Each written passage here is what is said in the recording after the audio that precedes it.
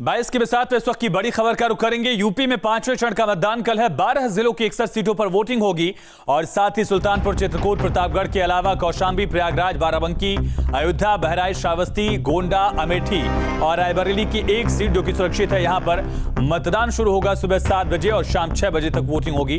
कई दिग्गजों की साख दांव पर है। उत्तर प्रदेश का विधानसभा चुनाव 5वें चरण में पहुंच चुका है। राज्य में 12 जिलों की 61 सीटों पर रविवार को मतदान होगा सुबह 7 बजे से शाम 6 बजे तक। 5वें चरण में सुल्तानपुर, चित्रकूट, प्रतापगढ़, कौशांबी, प्रयागराज, बाराबंकी, अयोध्या, बहराइच, श्रावस्ती, गोंडा, अमेठी और रायबरेली जिले की एक सीट पर वोटिंग होगी। शाम 6 बजे इन 12 जिलों की 61 विधानसभा सीटों के लिए चुनाव प्रचार थम चुका था। जो डोर टू डोर प्रचार था वो भी अब खत्म हो चुका है। जानकारी के मुताबिक 692 उम्मीदवारों की किस्मत दांव पर है। 2 करोड़ 24 लाख मतदाता इस फेज में अपने मताधिकार का इस्तेमाल करेंगे। 13 सुरक्षित सीटें हैं और इनमें 200 से ज्यादा करोड़पति उम्मीदवार हैं। 180 से ज्यादा ऐसे उम्मीदवार जो दागी हैं, जिनके खिलाफ केसेस दर्ज हैं। सबसे अहम अयोध्या जिला भी है, जहां पर 5 विधानसभा सीटों के लिए कल मतदान होगा। बीजेपी ने यहां क्लीन स्वीप किया था। इस बार क्या चुनौती मिलने वाली है, यह बेहद अहम होगा और खास करके मुख्यमंत्री योगी आदित्यनाथ से लेकर अखिलेश यादव ने यहां चुनाव प्रचार किया। इसके अलावा बाराबंकी, जो कभी समाजवादी पार्टी का गढ़ हुआ करता था, वहां पर भी समाजवादी पार्टी के पूर्व 3 मंत्रियों की साख दांव पर है। और सबसे अहम सीट कौशांबी की सिराथू। पल्लवी पटेल अपना दल कमेरावादी से प्रत्याशी हैं, लेकिन केशव प्रसाद मौर्य डिप्टी सीएम। कौशांबी के अलावा प्रयागराज में अपना अलग सियासी दबदबा उनका। मुंसब अली बीएसपी के प्रत्याशी। कुंडा, प्रतापगढ़ 1993 से रघुराज प्रताप सिंह और राजा भैया लगातार निर्दलीय विधायक हैं, लेकिन इस बार जनसत्ता दल अपनी पार्टी से प्रत्याशी हैं। सिंधुजा मिश्रा बीजेपी के उम्मीदवार। समाजवादी पार्टी ने 15 साल बाद यहां से प्रत्याशी उतारा है। रघुराज प्रताप सिंह के कभी सिपह सलाहकार रहे। गुलशन यादव प्रत्याशी हैं। इलाहाबाद पश्चिम सीट सरकार के मंत्री सिद्धार्थनाथ सिंह प्रत्याशी। समाजवादी पार्टी ने एक बार फिर ऋचा सिंह को यहां से उतारा है। इलाहाबाद की सीट दक्षिण से दरअसल गोपाल नंदी की बात भी करेंगे, लेकिन अमेठी की बात करिए। डॉक्टर संजय सिंह बीजेपी में आ चुके हैं, प्रत्याशी हैं। गायत्री प्रजापति की पत्नी महाराजी प्रजापति को समाजवादी पार्टी ने टिकट दिया है। रागिनी तिवारी यहां बीएसपी से प्रत्याशी हैं। अमेठी अपने आप में राहुल गांधी का कभी गढ़ हुआ करता था, संसदीय क्षेत्र हुआ करता था। गोंडा से बृजभूषण शरण सिंह के बेटे प्रतीक भूषण शरण सिंह सिटिंग एमएलए हैं। सूरज सिंह पंडित सिंह के भतीजे खाटी नेता हुआ करते थे। यहां पर एक बार फिर से सूरज सिंह को यहां से टिकट मिला है। समाजवादी पार्टी के प्रत्याशी हैं सूरज सिंह। बेहद अहम लड़ाई। बृजभूषण शरण सिंह यहां से लगातार सांसद रहे हैं, 6 बार के सांसद हैं। उनके बेटे को एक बार फिर बीजेपी ने प्रत्याशी बनाया। प्रयागपुर, बहराइच में जब चुनाव प्रचार के लिए पीएम मोदी पहुंचे थे, वहां पर भी प्रतीक प्रधानमंत्री के साथ नजर आए थे। इस वजह से गोंडा सदर की लड़ाई भी बेहद अहम।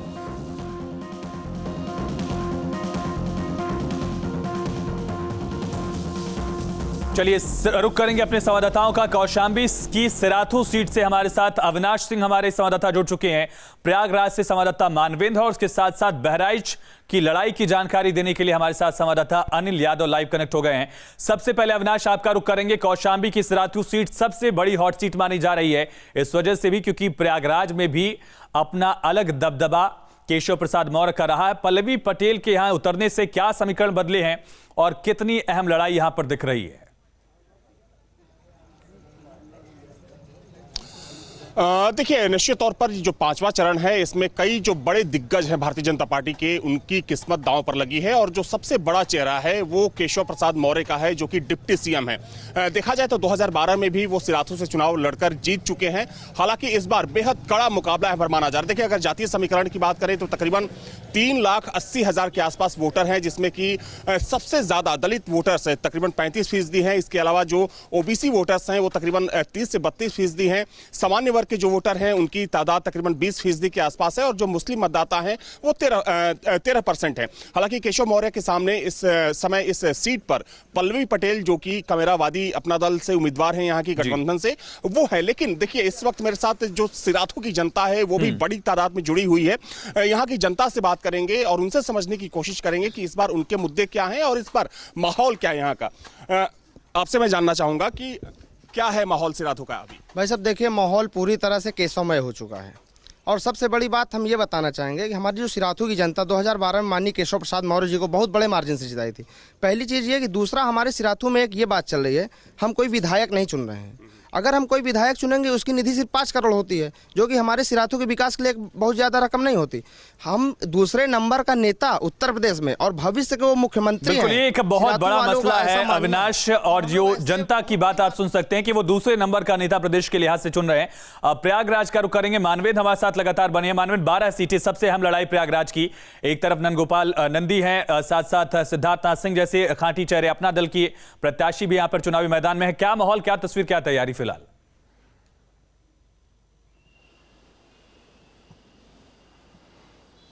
हाँ जी, देखिए 12 सीट है प्रयागराज में। सबसे ज़्यादा सीट उत्तर प्रदेश के प्रयागराज ज़िले में ही हैं और सभी सीटों पर अच्छा मुकाबला दिखाई दे रहा है। अगर बात करें सिद्धार्थनाथ की सिंह की सीट की, तो इसके पहले 17 में वो जीत करके आए थे और उसके बाद से वो विधायक हुए, मंत्री हुए और दावा उन्होंने किया कि क्षेत्र के विकास के लिए उन्होंने काफ़ी काम किया है। कई योजनाएं भी क्षेत्र में आए हैं। लेकिन ऋचा सिंह की अगर हम बात करें समाजवादी पार्टी से, पिछली बार वो दूसरे स्थान पर थी और सिद्धार्थनाथ सिंह ने उनको हराया था। इस बार वो दावा कर रही हैं कि उनके साथ जो है जन समर्थन है वो जीतेंगी और उनका कहना है कि सिद्धार्थनाथ सिंह से लोग नाराज़ हैं। तो तमाम ऐसे फैक्टर हैं। यही स्थिति अगर हम बात करें शहर दक्षिणी की है। नंदगोपाल गुप्ता नंदी को चुनावी रणनीति का माहिर माना जाता है और काफ़ी हद तक उनके मुकाबले की बात करें तो समाजवादी पार्टी ने रईस चंद शुक्ला को मैदान में उतारा है और तमाम अगर हम बात करें तो बीएसपी के कैंडिडेट हैं, AIMIM से कैंडिडेट है। लेकिन जो मुख्य मुकाबला है वो सपा और भाजपा यानी नंदी और रईस चंद शुक्ला के बीच में दिखाई देता है। और कहीं ना कहीं जो मुकाबला है वो अगर हम दोनों सीट की बात करें कांटे की टक्कर है। और जिस तरह से अगर हम शहर पश्चिमी की बात करें, यहाँ से 4 बार अतीक अहमद विधायक रहे और उसके बाद उनके भाई अशरफ भी विधायक बने। बिल्कुल, यहाँ पर बुलडोजर भी एक बड़ा मुद्दा था। देखना होगा कि आखिर असर चुनाव में इसका कितना दिखता है। आपके पास लौटेंगे मानवेंद्र। बहराइच का रुख करते हैं। अनिल हमारे साथ लगातार बने हैं। अनिल, यहाँ पर सिटिंग 2 MLAs की लड़ाई दिख रही है। सदर सीट पर मटेरा से यासिर शाह की पत्नी को टिकट दिया गया है। क्या समीकरण बहराइच में इस बार दिख रहे हैं? देखिए 7 सीटें हैं बहराइच में। पिछली बार 6 बीजेपी ने जीत ली थी और मुस्लिम और पिछड़े मतदाताओं की बहुत भारी यहाँ पर संख्या है। समाजवादी पार्टी का गढ़ रहा है, लेकिन 2017 में बीजेपी ने इस गढ़ को बुरी तरह से ढा दिया था। 7 में से 6 सीटें बीजेपी ने जीती थी, जो एक बड़ा चमत्कार के रूप में देखा गया था। लेकिन इस बार चुनौती अलग है, क्योंकि पिछली बार की तरह लहर जैसी कोई चीज़ नहीं है। सदर सीट सबसे हॉट सीट बनी हुई, क्योंकि यहाँ पर यासिर शाह का मुकाबला सीधे अनुपमा जायसवाल से है। और देखिए 1993 से लेकर 2017 तक समाजवादी पार्टी कभी भी सदर सीट नहीं हारी, लेकिन 2017 में ऐसी लहर आई कि यहाँ पर साइकिल चारों खाने चित हुई और अनुपमा जायसवाल ने जीत हासिल की थी। लेकिन अब लग रहा है कि इस बार फिर कांटे का मुकाबला है और अनुपमा जायसवाल के लिए बहुत मुश्किल होने वाला है। मटेरा से यासिर शाह यहाँ पर आए हैं चुनाव लड़ने के लिए। मुस्लिम मतदाताओं की संख्या यहाँ पर 1 लाख से भी ऊपर है और तमाम पिछड़ी जातियाँ भी हैं। तो समाजवादी पार्टी मुस्लिम और OBC जातियों के बदौलत एक बार फिर से बहराइच में चमत्कार की उम्मीद कर रही है। नानपारा, मटेरा, इस तरह से तमाम बड़ी सीटें हैं और समाजवादी पार्टी का ये, जैसे मैंने पहले बताया, गढ़ रही है। लेकिन बीजेपी ने इस गढ़ को 2017 में ढाया था, तो 2017 का चमत्कार बीजेपी कर पाएगी या नहीं, ये देखना दिलचस्प होगा। लेकिन सभी जिलों की तरह बहराइच में भी इस बार मुकाबला बेहद कड़ा है और यहाँ पर समाजवादी पार्टी ने यासिर शाह को उतारा है, मटेरा से उनकी पत्नी को उतारा है। तो फिर वही मुस्लिम और नॉन यादव OBC चेहरों को उतार कर समाजवादी पार्टी यहाँ पर जीत हासिल करना चाहती है, जबकि बीजेपी ने अधिकांश पुराने चेहरों पर ही दांव लगाया है। बिल्कुल अविनाश, अपना दल अगर 2 फाड़ में हुआ है, एक तरफ पल्लवी पटेल और कृष्णा पटेल अलग पार्टी में जा चुकी हैं, अपना दल बना चुकी हैं, अनुप्रिया पटेल अपनी पार्टी को लीड कर रही है। इसका असर कौशाम्बी और पूरे इलाके में कितना दिख रहा है? देखिए आयुष, अगर हम कौशाम्बी की बात करें तो 2017 के चुनाव में केशव मौर्य के नेतृत्व में कौशाम्बी की जो 3 सीटें थी वो भारतीय जनता पार्टी की झोली में गई थी। हालांकि अगर इस बार की बात करें तो जैसा कि मैंने पहले कहा कि अगर जो यहाँ का चुनाव है विकास के मुद्दों पर होता है तो जाहिर सी बात है कि केशव मौर्य उसमें बढ़त बनाते हुए दिख रहे हैं। लेकिन अगर हम जातीय समीकरणों की बात करें तो निश्चित तौर पर जो सिराथू की सीट है, यहाँ पर जो पटेल मतदाता है वो काफी निर्णायक भूमिका निभाता है। लेकिन अगर हम चुनाव प्रचार की बात करें तो यहाँ पर अनुप्रिया पटेल चुकी हैं जो कि भारतीय जनता पार्टी की सहयोगी हैं, और उन्होंने केशव मौर्य के पक्ष में वोट देने की अपील यहाँ के जो पटेल मतदाता हैं और जो आम मतदाता हैं उनसे की थी। लेकिन हाँ, पल्लवी पटेल को लेकर माना जा रहा है कि अगर जी बिल्कुल, तमाम जानकारी के लिए आप सभी का बहुत शुक्रिया। अपना दल के दो गुट होने से, दो फाड़ होने से कितना नुकसान होगा या फिर कितना बीजेपी लीड ले पाएगी, ये बड़ा अहम सवाल है। इसी बीच एक बड़ी